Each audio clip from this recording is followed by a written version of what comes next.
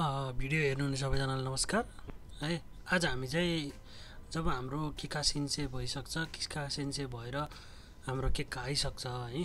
केक्का आइसकेपछि हामीले जो अहिले हामी समातिरह यो आफ्नो जाइरो कार्ड चाहिँ न्युकनमा लगेर मलाई चाहिएन तिम्रो जाइरो कार्ड तिमी आफै राख हैन भनेर भन्नुपर्ने हुन्छ है। त्यो भन्नलाई गर्नलाई हामीले के लिएर जानुपर्छ भन्ने छ है।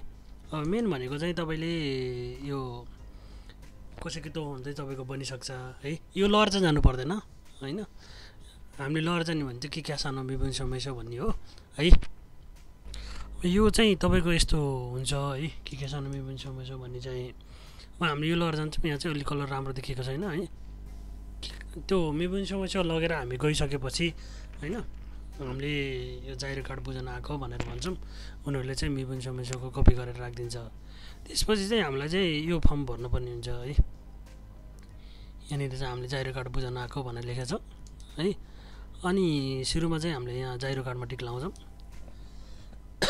सरी, अब यो किन बुझ्न आएको भनेर छ है। सुरुमा के को लागि हो, त्यसको लागि चाहिँ हेर अब के चाहिँ बुझ्न आएको भन्ने छ होइन। हामीसँग जाइरो कार्ड भएको भएर चाहिँ हामीले यहाँ जाइरो कार्डमा टिक लाउँछौँ। अनि त्यसपछि हाम्रो सेकेन्ड छ चाहिँ किन के कारण छ, के बुझ्न आएको। सुरुमा चाहिँ के बुझ्न आएको, सेकेन्डमा चाहिँ के कारणले बुझ्न आएको भन्ने छ है। अब हाम्रो चाहिँ फर्स्टमा चाहिँ नियोन कक्ष पाएको भएर चाहिँ भनेर छ यहाँनिर है। जाइरो कार्ड ल्याएको मान्छेले चाहिँ नियोन कक्ष कि जापानिज भइसकेपछि जाइरो कार्ड नचाहिने भएर भन्ने छ। यहाँनिर टिक लाउँछौँ। अनि टिक लगाइसकेपछि चाहिँ यहाँनिर आफ्नो नाम जाइरो कार्डमा जे छ त्यही, अनि त्यो तपाईँको मोबाइल नम्बर लेखिन्छ है। अब यो होइन एउटा यो अनि आफ्नो जाइरो कार्ड, अनि त्यसपछि चाहिँ तपाईँको यो मिबुन समस्या जो हामीलाई होम केकले मिबुन समस्या भनेर दिन्छ त्यो मिबुन समस्या यो तीनवटा लगेर गइसकेपछि हामीले यो जाइरो कार्डको त्यति चाहिँ भ्याइन्छ। अब यो जाइरो कार्ड चाहिँ तपाईँको ठ्याक्कै 2 हप्ताभित्रमा जानु होला जसरी पनि, नत्र भने चाहिँ यिनीहरूले फाइन साइन ठग्ने कार्यक्रम हुन्छ अरे। त्यो भएर चाहिँ 2 हप्ताभित्रमा चाहिँ जसरी पनि जानुपर्छ भन्ने कुरा छ है। अब मिल्छ भने त अब बिहान होमवर्क गएर डकुमेन्ट लिने, दिउँसो न्युकान गइदिने, बुझाइदिने हो तिम्रो जाइरो कार्ड तिमीलाई मुबारक भन्ने, अनि आउने। तपाईँको यो जो हाम्रो यो होमकेकले चाहिँ यो न्युकानमा बुझाउनु पर्ने एउटा मिबुन समस्याको एक प्रति चाहिँ उसैले नै फोटोकपी गरेर दिन्छ कि उसले फोटोकपी गरेर दिन्छ। उसले फोटोकपी गरेर दियो भने चाहिँ त्यसैलाई म यो बुझाउन आएको भनेर भनिसकेपछि चाहिँ उनीहरूले बुझ्छन्। केही गर्नु पर्दैन, तपाईँको मिबुन समस्या जाइरो कार्ड होइन। अनि त्यसपछि यो फर्म अगाडि लगेर टेबलमा राख्ने, टेबलमा राख्नु भने चाहिँ उनीहरूले आफै बुझ्छन्। यदि तपाईँ टोकियोमा सिनागावा हुनुहुन्छ भने चाहिँ, सिनागावा नजिकमा हुनुहुन्छ भने चाहिँ सिनागावा न्युकान जान भने चाहिँ जो हामीले नर्मल्ली भिसा लिने ठाउँ छ होइन, यो त बुझाउनेतिर नै कि जो हामीले जाइरो कार्ड नयाँ जाइरो कार्ड पाउँछ नि त्यतातिर माथितिर गर्ने ठाउँतिर जब हामी जान्छौँ त्यता नभएर ठ्याक्कै त्यसको सानो त्यहाँ सोचपुछ गर्ने फाँट छ नि हो त्यतातिर एउटा चाहिँ तपाईँको यता यो भिसा कसरी आउँछ के आउँछ भन्ने सोधपुछ फाँट भयो बुझाउनेतिर। अर्को चाहिँ हामीले भिसा हाकाकी आइसकेपछि जहाँ हामी लिन जान्छ त्यसको यो थोरै यता साइडमा हेर्दाखेरि चाहिँ तपाईँको बुझ्ने होइन जाइरो कार्डको बारेमा बुझ्ने यो गर्ने भनेर एउटा छुट्टै गरेको छ। D1 के समथिङ के भन्छ, D1 D2 के छ होइन। त्यहाँ जाने विभिन्न समस्या होइन। अनि अहिलेको यो पेपरमा टिक लाउने अनि जाइरो कार्ड दिने भने उनले केही गर्नु पर्दैन, उनले आफै दिन्छन् है। अब त्यही दिन जाँदाखेरि चाहिँ डेटा अझै भएन होइन, अझै डेटा आएन भन्न पनि सक्छन्। त्यो भएर चाहिँ यसो 1-2 दिनमा जाँदा पनि भयो है। त्यही दिन गए पनि त्यस्तो केही फरक पर्दैन है। आफूसँग विभिन्न समस्या भइसकेपछि चाहिँ केही गर्दैन।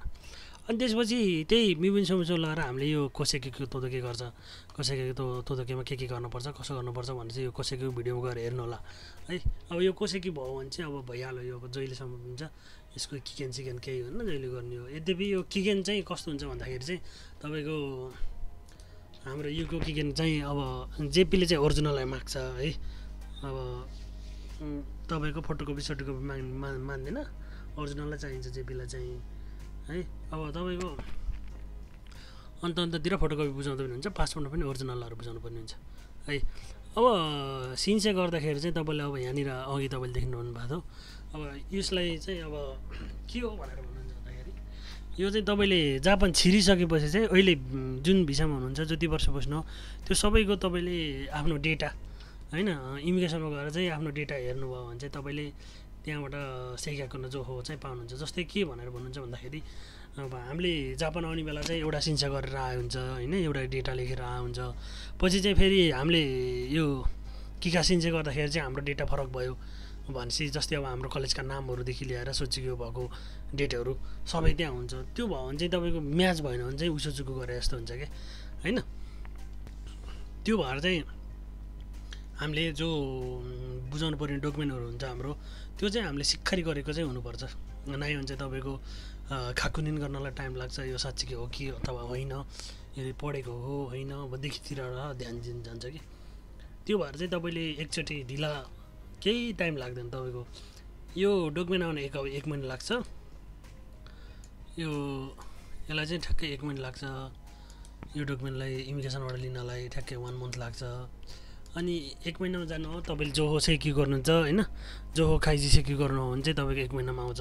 एकचोटि भिसा एप्लाई गरेको चाहिँ तपाईँलाई 300 रुपियाँको त्यो सिरो लाग्छ। जस्तै तपाईँले 7 चोटि 8 चोटि 6 महिनाको भिसा आएर चेन्ज गरिरहनु भएको त भनेपछि तपाईँले 8-9 चोटिको डकुमेन्ट मगाउँदाखेरि चाहिँ तपाईँलाई 3500-4000 लाग्छ। त्यतिमा चाहिँ सब एक बन्डलै घर आउँछ है।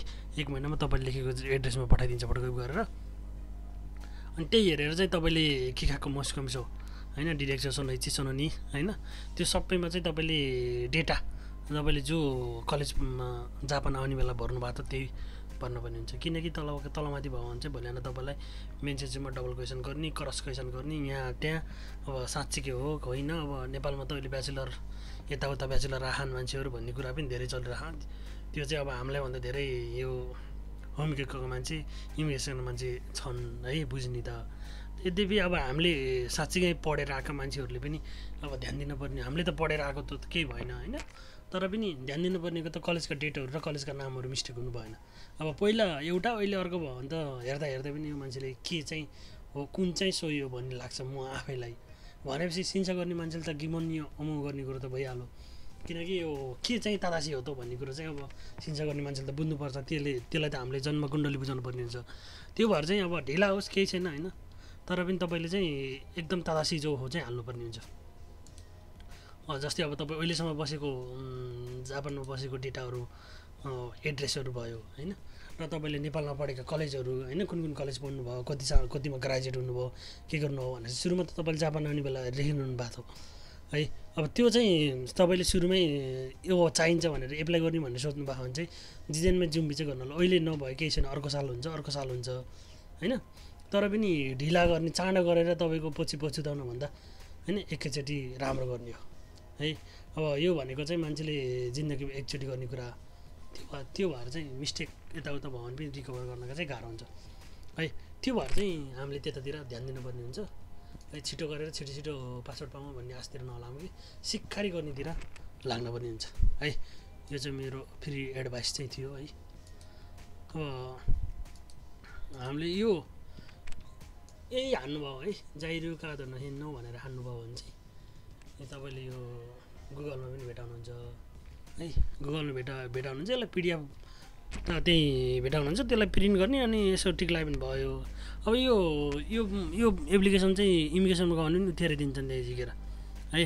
अब तपाईँले प्रिन्ट गर्न दुःख गर्छ, यो 20 रुपियाँ खर्च हुन्छ कम्पनी गएर प्रिन्ट गर्न है। 20 रुपियाँ भए पनि बचाउँछु भन्ने सोच्नु भएको भने चाहिँ है अब यस्तै हुन्छ भने त तपाईँले भिडियो दोहोऱ्याइ गरेर हेर्नु भने बुझिहाल्नुहुन्छ होइन। अब यति बुझ्नु भने त त्यहाँ उहाँ कसैले सोध्नु पर्दैन, टुकटुक लाएर यसो नियन्जिन भयो जस्तो गरेर देखाइदिनु पऱ्यो नि त होइन।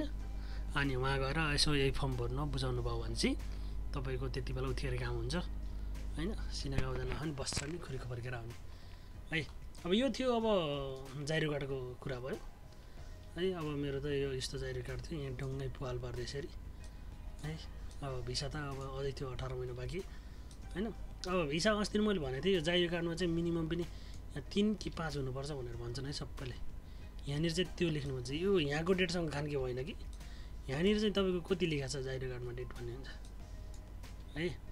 जस्तै अब तपाईँको भिसा सक्यो 6 महिना बाँकी छ भने पनि एप्लाई गर्नु पाइयो, तर क्वेसन गर्दा तपाईँको 1 वर्षको दियो भने चाहिँ त्यहाँबाट आउट भयो फेरि त्यो भएर चाहिँ अलि एकचोटि बरु क्वेसन गरेर गर्दा चाहिँ बेटर मैले भनेको मान्नुहुन्छ एडभाइस गर्नुहुन्छ। अब यद्यपि त्यो भए तापनि यो सबै आफ्नो सो इच्छा हो होइन, तपाईँलाई जसरी ठिक लाग्छ जे गर्न मन छ त्यही गर्नु है। यो चाहिँ मैले आफ्नो अनुभव चाहिँ यसो सुनाएको मात्र, यस्तो यस्तो हुँदो रहेछ भनेर सुनाएको मात्र हो है। अब भोलिका दिनमा तपाईँले तपाईँको साथीले यस्तरी गराएको थियो, तैँले यस्तो भनिस्, मैले यस्तै गरेँ अनि मेरो आएन भनेर भन्न हुन्छ, त्यो सेकेन्ड दिन चाहिँ कोही हुँदैन होइन।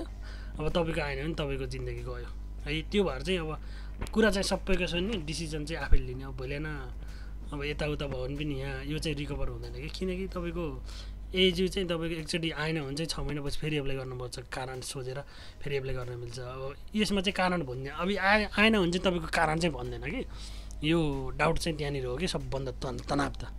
आएन भने आएन सक्को, अब नेक्स्ट टाइम चाहिँ कसरी एप्लाई गर्ने के गर्ने भन्ने पनि हुँदैन है। अब एकचोटि आएन भने त भइयो, अब पढाइ नआउने भने त्यति हुँदैन होइन। अब आउँछ तर पनि आउँदा पनि तपाईँको हुन्छ नि, अब मिस्टेक भयो केही भयो, अब अहिले भएन नि अर्कोचोटि गरौँला नि त भन्ने चाहिँ हुँदैन कि। अब अर्कोचोटि गर्नलाई रिजल्टै थाहा आएन किन आएन भन्ने हो। त्यो भएर चाहिँ सुरुमै एकचोटि गर्दा चाहिँ सिक्कारी गर्नुपर्ने हुन्छ है। ल आजलाई चाहिँ यति नै गरौँ है। नेक्स्ट टाइम हाम्रो नेक्स्ट टपिकमा अर्को भिडियो आउँछ। भिडियो हेर्नुभएको धेरै धेरै धन्यवाद। Thank you.